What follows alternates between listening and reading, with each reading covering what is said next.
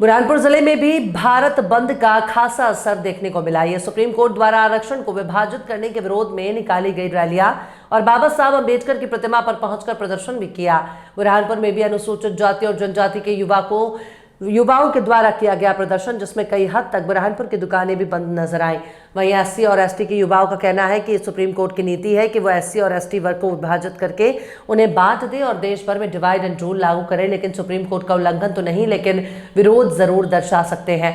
वहीं एससी और एसटी के युवाओं का यह भी मानना है कि यह देश के संविधान का उल्लंघन है, जिसमें एससी और एसटी को वर्गीकृत किया जा रहा है, जिसे हम नहीं होने देंगे। ये भी कहा कि ये एससी एसटी के वर्ग की बढ़ती हुई चमक को सहन नहीं कर पा रहे हैं, उसे लेकर भी यह निर्णय दिया जा रहा है। वहीं बाबा साहब अंबेडकर की प्रतिमा के सामने अनुसूचित जाति और जनजाति वर्ग के युवाओं ने, महिलाओं ने, बच्चों ने मिलकर प्रदर्शन भी किया और कहा कि अभी तो अंगड़ाई है, आगे और लड़ाई है के नारे लगाए गए।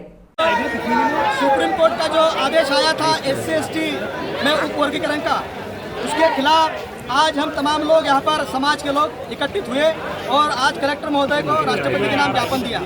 आज हमें बहुजन समाज पार्टी की राष्ट्रीय अध्यक्ष बहन कुमारी आदेश, जो कि भारत बंद के अंदर बहुजन समाज पार्टी का राष्ट्रव्यापी बंद का आह्वान हुआ था बहन जी का, उसी के चलते हमने आज यहाँ पर बहुजन समाज पार्टी के तमाम कार्यकर्ता, समाज के तमाम कार्यकर्ता उपस्थित हुए और आज कलेक्टर महोदय जी को राष्ट्रपति के नाम ज्ञापन देने का काम हमने यहाँ पर शांति रूप से समाज की तरफ से किया। क्या नाम आपका? मेरा नाम मनोज पवार, जिला प्रभारी बहुजन समाज पार्टी।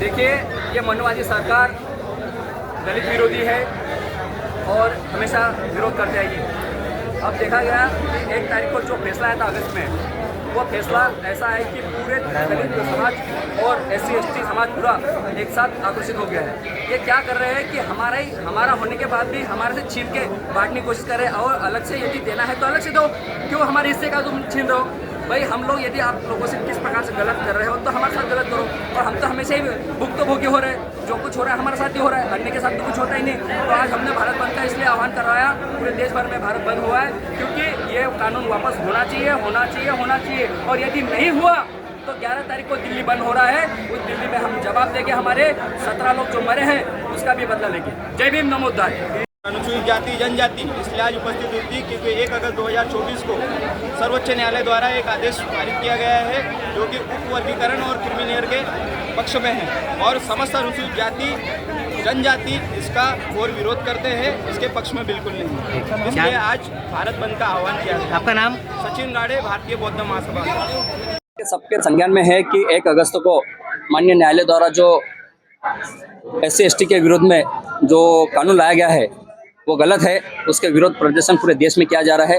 ये पूरी एक साजिश है और हमेशा ये साजिश करते आए हैं, लेकिन इनकी अभी साजिश हम चलने नहीं देंगे, क्योंकि हमारे पास में भारतीय संविधान है, इसके दम पर हम उनकी नानी याद दिला देंगे। और जिस प्रकार से 2 अप्रैल में हमने भारत बंद किया था, जिसमें हमारे 17 लोग शहीद हुए थे, तो उसका भी खामियाजा इन लोगों से हम भरने वाले हैं यदि ये कानून वापस नहीं लिया तो। दत्तू मेढ़े, राष्ट्रीय उपाध्यक्ष।